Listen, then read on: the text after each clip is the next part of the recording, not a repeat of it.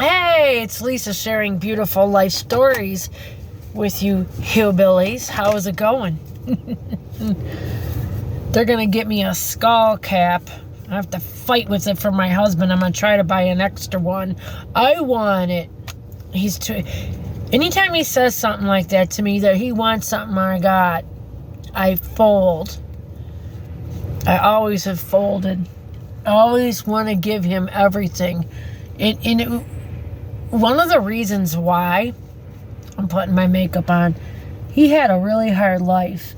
He didn't grow up the way I grew up.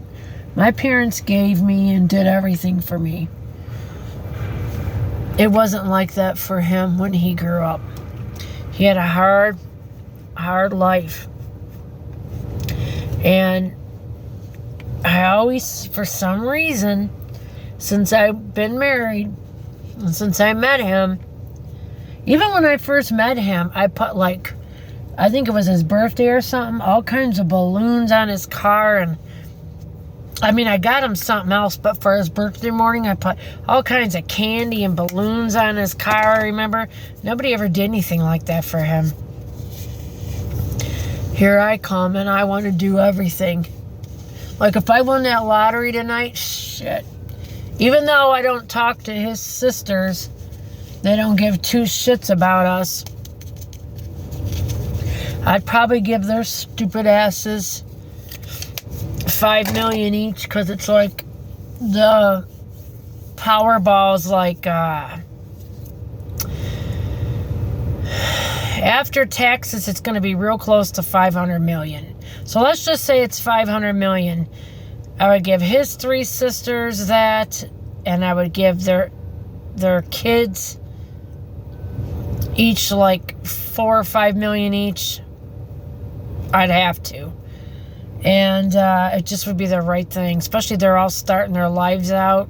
I could not do that to them. All my cousins on both sides. I only have two on my mom's side, but I would definitely give those two kids money.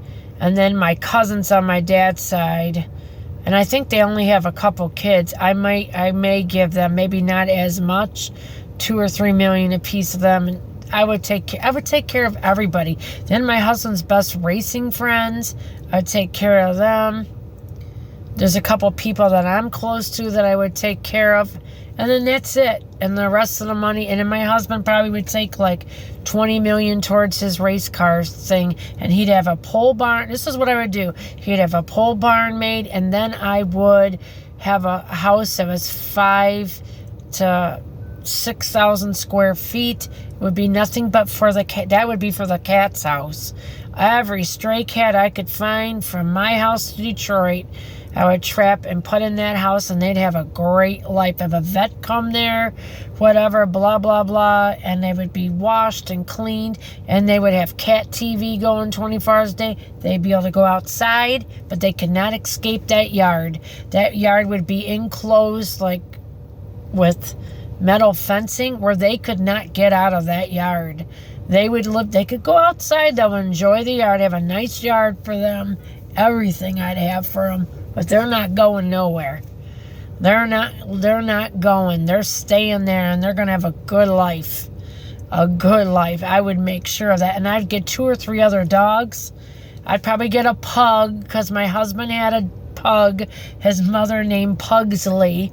That's so cute, from Addams Family or whatever. I think it was from the Addams Family. Yeah, that's not from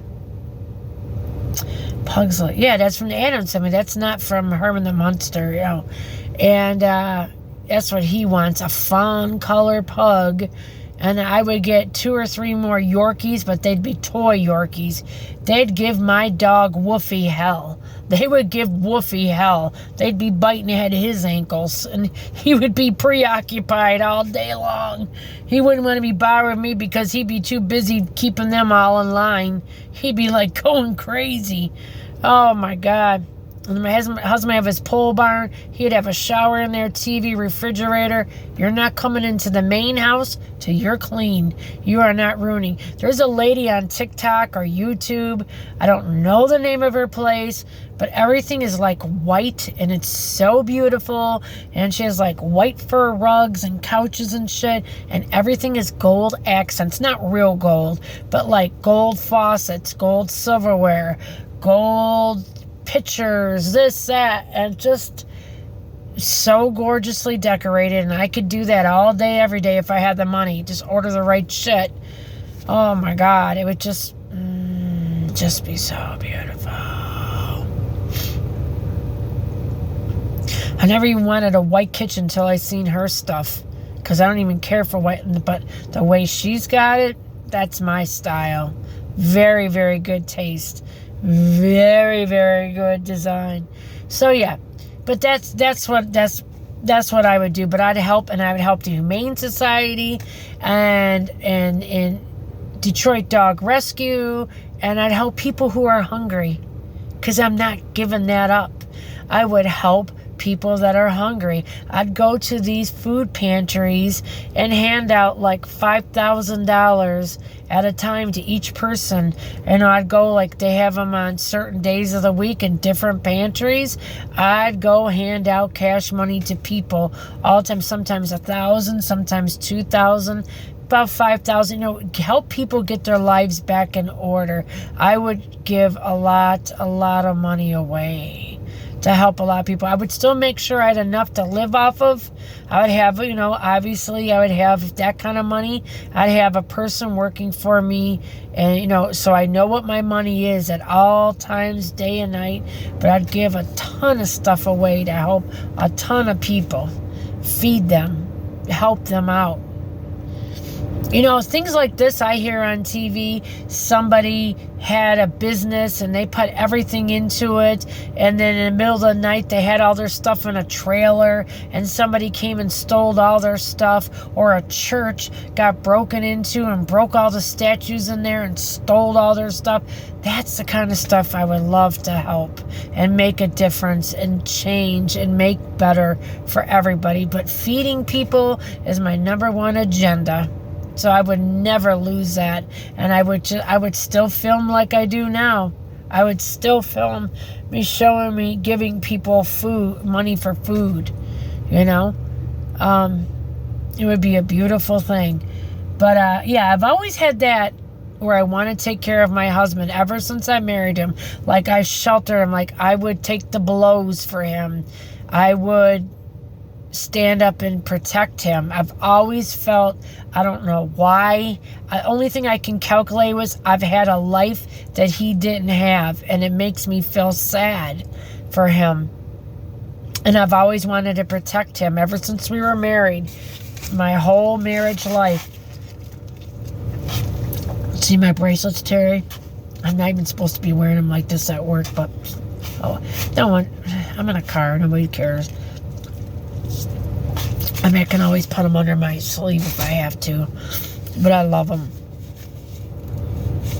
And if anybody wants to send me stretchy bracelets, beads, please do. Because then I'll mention you on YouTube and show you the beautiful bracelets that I acquired from you that I'm going to keep from the rest of my life, and always remember that you gave them to me, and always show them off. Because that's just how I am. That's a part of my life that I missed, because I quit school for a part in time. This is kind of like a little bit of story. I'll dabs just a little bit, but I'm going to get in depth one day and tell you guys longer about my life. I've had a hard life, okay? And I quit school for a short period of time and took care of my mother. I could not leave the front porch. My mother had what's called a chemical imbalance. It's when your brain doesn't shoot off the right chemicals. Blah, blah, blah. 40 years ago, nobody knew what that was. Nobody knew what that was and had no idea how to treat that. And my mother would be sick from the time she woke up till it shut down a lot of times at night, and then she'd feel better. And I always felt so sorry for her. She's like, I'm going to try to do so much better tomorrow and things. It wasn't her fault. That shit made her sick. I could see it turn on in her, and I could see it turn off in her, and that broke my soul. It broke my soul. I took really good care of my mom. And I'm going to come back later and tell you guys more. But this is Lisa sharing life stories with you. I love you all. Like and subscribe. God bless. Bye. I got more to tell you. Bye.